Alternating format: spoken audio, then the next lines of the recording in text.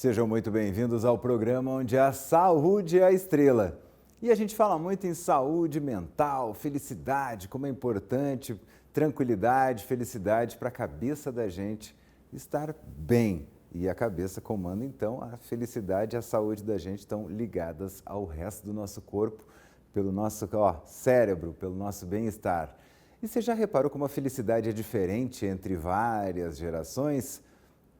Quem é mais do tempo antigo, gostava de ter um crachazão no pescoço, bater ponto. Hoje você entra nas redes sociais, você vê jovens dizendo que tem horror a CLT. O que será que aconteceu com a felicidade ao longo dessas gerações? E aqui no programa a gente não, porque a geração millennial, a baby boomer, a YZ, já perdi as contas do alfabeto, mas para a gente entender exatamente quem é quem nessas gerações e principalmente quem é você nessas gerações, a gente vai falar hoje com um psicólogo para tirar todas essas dúvidas e você entender qual é o seu papel nesse conflito de gerações que nos trouxe até aqui na inteligência artificial. Segura, que é só depois da vinheta.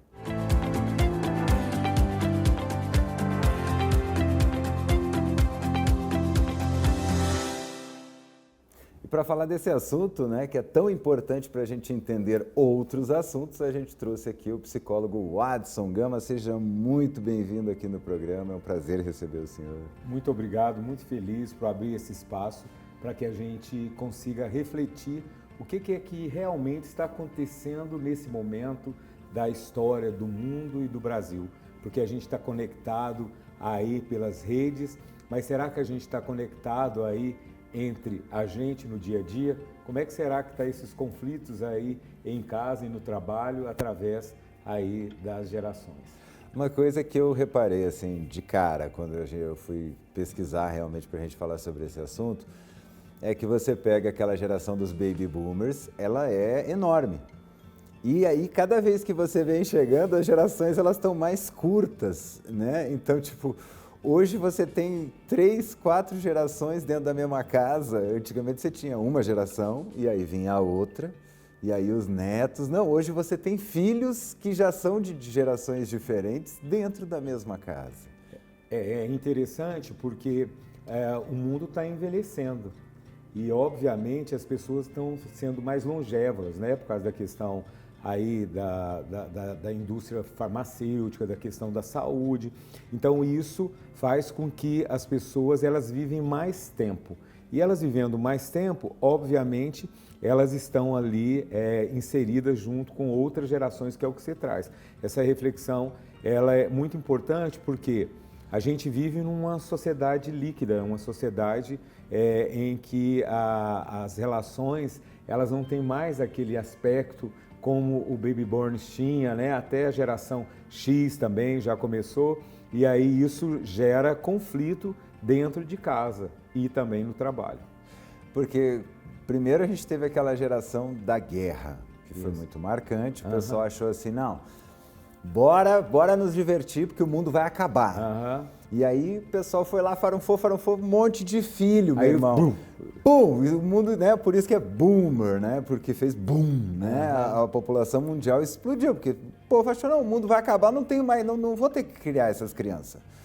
Só que o mundo não acabou e tiveram que criar as crianças. E o que é interessante aqui, né, nessa reflexão que você traz, como veio o pós-guerra, então eles viveram antes a escassez também, né? Muitas pessoas faleceram, né? O mundo ficou muito dolorido. Isso remete um pouco à questão da Covid-19, tá? Que a gente vive também esse luto, essa vivência aí com muitas perdas significativas.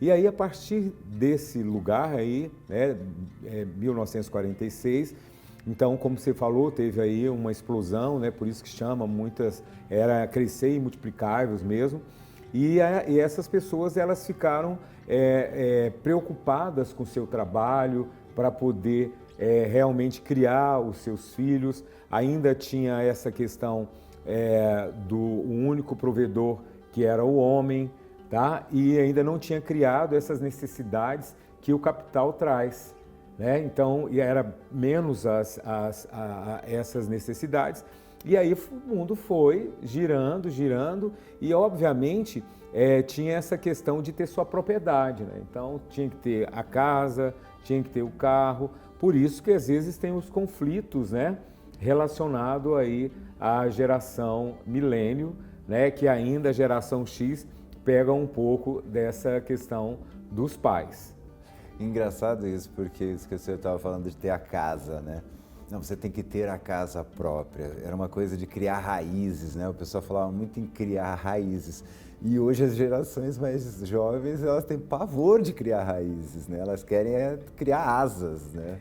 E é o que é interessante que você traz, porque quando você vai para a geração X, que é a geração ainda da fita cassete, que é a minha geração, né? Que é a partir de 1965, eu sou de 67, então é a geração que saiu do cabo para o touch. Entendeu? Do cabo para o touch. É a geração que ainda tem esses resquícios de ter um trabalho fixo e tudo mais. Só que chega na milênios, a sociedade, ela virou a sociedade do consumo e do descartável, e aí eles jogaram tudo. Para que precisa disso? Eu tenho competência e tudo mais, mas é uma geração que fica trocando, mas é a geração que tem mais índice de burnout. Tá? É porque é uma cobrança muito grande e fica parecendo que se você não estiver trabalhando muito, né, ali é como se você fosse uma pessoa que realmente não vou falar o termo, mas é que é um bom vivant, né? Vamos mudar os pais chegavam em casa e falavam seu inútil. Seu inútil ou outras coisas, né? Então isso gera esse conflito e aí muita dor psíquica. Né? E aí o alto índice de autoextermínio, né? De pessoas buscando suicídio. E isso não é só na questão de trabalho, mas na questão da sexualidade, né? Chega em consultório pessoas realmente, né, viciadas em filmes pornográficos, né, com compulsão, pessoas com problemas relacionados à própria sexualidade. Então, isso gera, né? Então, atendendo casos, que eu atendo também casais, família, de repente, o marido perceber e falar assim, perdi meu casamento. E aí, quando reflete, é porque ficou muito no trabalho e a mulher ali lutando, porque a mulher hoje é uma guerreira, além de estar liquidando do lar e tudo, ela também é provedora. Por quê? Porque criou essa necessidade, né, extrema, e aí uma pessoa só não consegue aí suprir as necessidades do lar. Então, essa milênio, né, esse pessoal milênio, que é dos 28 aos 40 anos, então eles estão vivendo. Eles são os herdeiros de um alienígena que vinha de uma nave, eu brinco, né, quer dizer, uma pessoa que descia da nave e falava que vai dar tudo certo. Tem essa coisa da própria... ele tem essa consciência crítica do meio ambiente, mas vive num ambiente que não cuida do meio ambiente. Então é contraditório e é diferente dessa geração aí que é a Y, que já começa, né, porque tem a X, a Y e a Z, quer dizer, a Z, que ela já começa a pensar de uma forma diferente, porque ela já está no digital. E aí o problema das telas. E olha só como cada geração vem, né? Essa questão que o senhor falou da sexualidade, ela é muito interessante, porque não é realmente só no trabalho. Quando eu era pequeno adolescente, né? Você sempre é grandão também, né? Quando eu era adolescente, para você ter acesso a qualquer conteúdo adulto, você tinha que ter um amigo maior de idade, com ficha na locadora, que ele ia lá, ele ia alugar a fita, ia emprestar para a molecada toda assistir. Teu pai tinha que ter ido tirar férias na Lua, né? Para você ter a casa só para ti, para você ter acesso. Hoje, a pornografia, ela é tão acessível, tão fácil. E a gente nunca viu, digamos assim, pessoas tão inseguras em relação à própria sexualidade. E aí, como essa coisa de alta performance, de ser performático, etc., aí começam a tomar remédios, né, para a questão de desempenho sexual. E isso gera um conflito, porque quando a pessoa ela entra nessa linha e aí depois ela não consegue, ela fica aí com sofrimento. Então é uma coisa que vem acontecendo e aí a gente vê, né, de repente, situações complexas em que os pais, a gente estava até em outro momento, estava conversando com meus alunos sobre a adultização, né, que é o que foi colocado, né, pelo FELP, essa coisa complicada. Por quê? Porque é uma geração que está criando uma geração e que não prima, né, pela questão do ser. Então, muito ter. E aí, acho que quem está nos assistindo é importante repensar e perguntar, porque os pais dos X, Y, Z, dos Zs que estão aí, que estão vivendo esse momento de sair da faculdade ou está vivendo esse momento de estar dentro de uma faculdade e os que estão, e os de 2011, né, que é a geração alfa, que é grande problema. Por quê? Porque está deixando de ter a conexão familiar e mediado pelo smartphone. Então é muito importante que a gente volte para uma realidade, aliás, não voltar, mas entender que a gente tem que viver e conviver bem com isso, mas sabendo que tudo que está aqui é algo que é virtual, eu não estou tete a tete com o outro. E as gerações, elas estão sofrendo com isso. Acho interessante isso que o senhor falou de questão de voltar um pouquinho. Acho que não é errado até falar nesse sentido, por quê? Quando a gente fala em conflito de gerações, a gente tem esse afastamento e a negação, a gente tem a tendência de negar tudo. É verdade. Então eu vi que meu pai, que era baby boomer, ele sacrificou tal, mas ainda conseguiu construir muita coisa, patrimônio, ele tinha aquele orgulho, o trabalho ele não era para sustentar, era uma função social. Função, né? Social. Que tinha muito isso. Aí a coisa foi evoluindo e hoje o trabalho ele tem uma outra coisa. O trabalho ele é aquilo que me traz a liberdade, não a função social. Minha função social em relação ao trabalho fica em segundo plano. Mas nem tudo que os baby boomers acreditavam era ruim, nem tudo era bom. Mas aquilo que era bom a gente precisa pegar. O que os millennials acharam, nem tudo que os millennials tinham era ruim. O rock and roll foi muito bom. Não, vamos trazendo algumas coisas. A gente tem que falta um pouquinho esse equilíbrio, né? E essa geração alfa está num extremo. Ela está já virtualizada, né? Ela está virtualizada e realmente, como eu disse, a crise começa desde do cabo, entendeu? Para o touch. E aí a gente está vivendo essa questão da era da informática, das relações, dos smartphones, junto a essa crise. Então é muito mais fácil, muito mais palatável você ficar no Reels ou ali no Instagram passando, porque ali tudo é colocado para você, para os seus desejos. Então não tem nenhuma barreira crítica. Então as pessoas ficam alienadas a isso. Porque se você não tomar cuidado, você fica um tempão ali, fica rindo ou fica olhando imagens agressivas e tudo mais, e isso vai gerando esse distanciamento das pessoas que estão próximas. Então, são famílias que moram juntos, mas ficam cada um no seu cômodo, e isso passou, que é interessante, que quando eu era criança, a TV era na sala. Sim. Tá? E antes, quando eu era menor ainda, era no vizinho e a gente tinha que ir, e aí juntava. Eu lembro de Irmãos Coragem, meu pai e minha mãe conversando, juntava com os amigos e tudo, o que vai acontecer? Aí depois passou para a TV na sala, depois para a TV no quarto e hoje está aqui, né? Na mão, como está mostrando aí essa criança. E aí como é que é essa relação? Então isso é muito sério. Então as gerações, elas estão aí, mas a gente tem que trabalhar a nossa geração no sentido da geração familiar, tá? Então, a gente vê coisa boa, tipo encontro da família tal, encontro disso, encontro daquilo, o almoço de domingo. Quer dizer, que essa parte da geração familiar que vem e que tem padrões que é daquela família. Então a gente tem que trazer isso. E essa geração que a gente está falando é o que você vive naquele momento, a cultura daquele momento. E só que a gente é levado a ter comportamentos de massa. Tá? E aí a gente vive, às vezes, em grupo A, em grupo B, e aí tem esses conflitos.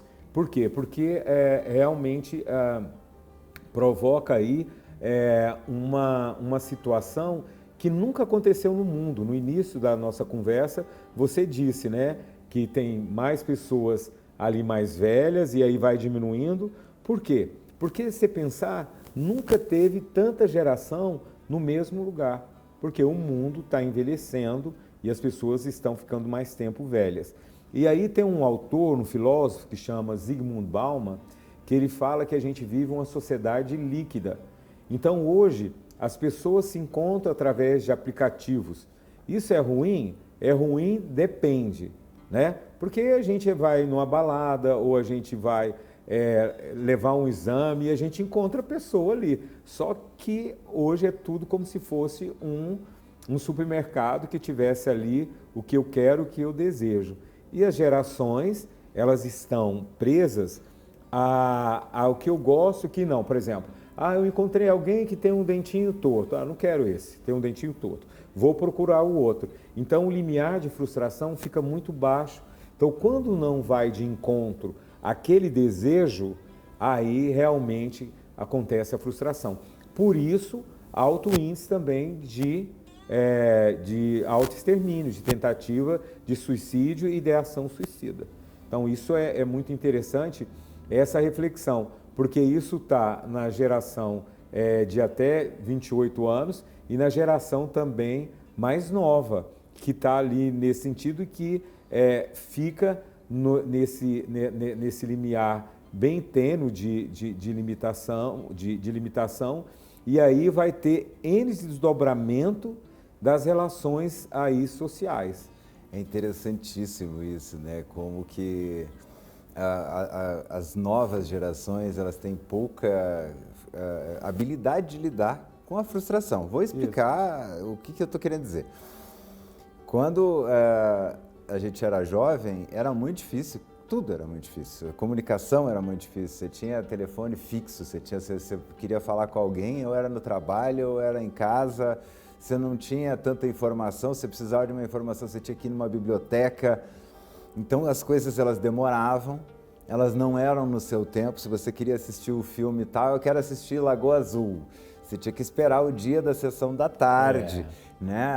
Curtindo a Vida Doidada, era tal dia da sessão da tarde. Tudo tinha espera. A questão da carta, né? Você ia para uma parada de ônibus, você não tinha nada para fazer. Você ia no sábado, no domingo, você ficava lá 40 minutos no sol esperando o ônibus, pensando.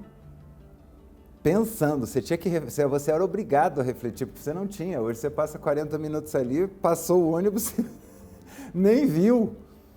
Porque você não espera o ônibus, você está aqui, eu estou esperando o ônibus, você não precisa esperar o ônibus, você está fazendo outra coisa, porque você tem uma central de entretenimento completa aqui. Que, inclusive, se você quiser assistir o filme tal, você assiste ele agora, sem esperar. Então, o que essa ausência de espera está fazendo com as novas gerações? Esperar é bom? Claro, é processo. Então, a dificuldade de processo. O que você falou para mim aqui agora é processo. Então, essa geração, ela tem dificuldade de processo, que é o que você está falando de esperar. Para a coisa acontecer, realmente, eu tenho que estar presente. Então, quando eu estou em sala de aula, eu percebo que não tem mais caderno. Os meninos estão tudo com smartphone, com nota, com aqueles tablets, vivenciam querendo que tudo seja PDF, tudo, mas meus alunos todos estão para a biblioteca, entendeu? Porque é importante o processo, é importante que a gente reflita que a gente é inserido, porque aí fica uma sociedade de comparação, né? E o Instagram, se você não tomar cuidado, você se sente o pior dos mortais, né? Aí você coloca filtro, não tem problema colocar filtro, mas quando você deixa de ser, né? Aí acontece a tristeza profunda e podendo chegar na depressão. E a comparação causa ansiedade, que eu não sou capaz. E aí são pessoas que realmente entram aí em crise, em cima do pânico, por aí vai. Mas tudo isso tem uma coisa que se chama família. Como é que está a minha família? E a família, com pai, com mãe, com filho, muitas vezes essa família não está sendo a família ideal, está sendo só na fotografia. Mesmo que o pai ou a mãe estejam ali juntos, bonitinho, né? Porque muitas vezes uma criança criada pelos avós, eles são bem mais presentes, inclusive por causa da geração, do que esses que ficam ali, os milênios que ficam ali, né, de 40 anos, fica ali buscando, porque eu sempre falo para os meus pacientes, a gente não vive nas férias sempre, vive? A gente vive na balada sempre? Não, a gente vive no nosso cotidiano. Então, é importante que a gente reflita que a gente tem que estar no aqui e no agora. Por exemplo, nós estamos aqui, estamos vivenciando esse momento, teve uma outra profissional que veio, você processou com ela, você conversou com ela, veio os técnicos, né? Então isso é vida. Mesmo que a gente agora esteja mediando, né, por uma TV ou por um smartphone, mas para que isso acontecesse, né, dessa forma, você teve que me ligar, teve que ter agenda. Então isso tudo é o esperar que você está dizendo. Então as gerações, elas são importantes que a gente entenda como é que é o olhar do avô. Por exemplo, eu trabalho com pessoas, com senhoras, eu tenho um grupo de teatro chamado Senhoras do Cerrado. Então, são mulheres baby borns, entendeu? Então, a geração delas tiveram que aprender um punhado de situação, inclusive ficar viúvas e vivenciar N situações de invisibilidade. Então, eu escuto muito tempo essas mulheres, né? É um grupo que eu comecei desde 98, que eu trabalho a psicologia e artes cênicas. Se alguém quiser participar, tem 60 anos, vai no Museu Antropológico, às segundas-feiras, às 14 horas, é de graça. E aí, essas senhoras, elas passam para os netos e os avós a realidade delas. E aí tem esse pai e essa mãe que está ali trabalhando o tempo inteiro. Então, de uma certa forma, vó e vô é para estragar neto, eu brinco, mas no bom sentido, porque se está lá, vai dormir na cama com os avós, mas a avó fala assim, vai lavar os pés, vai comer antes, isso é regra, só que não é a regra do pai e da mãe, né, do pai e da mãe nesse sentido. Eu acho engraçado também, porque tem criança hoje que está invisível. A gente fala do idoso invisível, mas tem criança que está invisível em casa, os pais estão lá, e às vezes dão um desse aqui também para a criança, para ela parar de incomodar e poder ser uma invisível entretida. E isso que é a geração de telas. E isso gera N situações que chegam também no consultório a adolescentes, né, que vivencia esse momento aí de angústia, de tristeza e sentem abandonados. Então, muitas vezes o casal chega lá no consultório porque os filhos de 14, 15 anos tentaram se matar. Então, isso é muito sério. Aí, quando a gente faz o mapa conceitual, aí eles vão perceber o que eles estão fazendo, mas eles estão num automatismo tão grande que aí essa cobrança social em relação aos milênios, e eles acham que eles têm que seguir essa cartilha que essa sociedade que está doente, né, provoca neles. E a gente chegou num ponto, como mesmo o senhor falou, quer dizer, a gente tem a preocupação com o meio ambiente, mas a gente não quer amar o meio ambiente a ponto de abrir os próprios confortos. A gente fala em aceitar as outras pessoas, mas é aquela aceitação assim, que eu ouço muito. Porque eu queria alguém que fosse legal, que gostasse de viajar, que fosse bonito, que tivesse bem de vida e que me aceitasse do jeito que eu sou. Quer dizer, eu quero alguém assim, mas eu quero alguém que me aceite, mas eu não quero ter que aceitar. E como é que a gente vai navegar por essas águas? E aí, na verdade, é uma sociedade egocêntrica, né? Porque eu estou relacionando comigo mesmo. Então, quando você relaciona com o diferente. E aí está essa questão do próprio diálogo, de conviver com o que com o diferente. E não é fácil você viver com o diferente, porque você quer mudar o outro.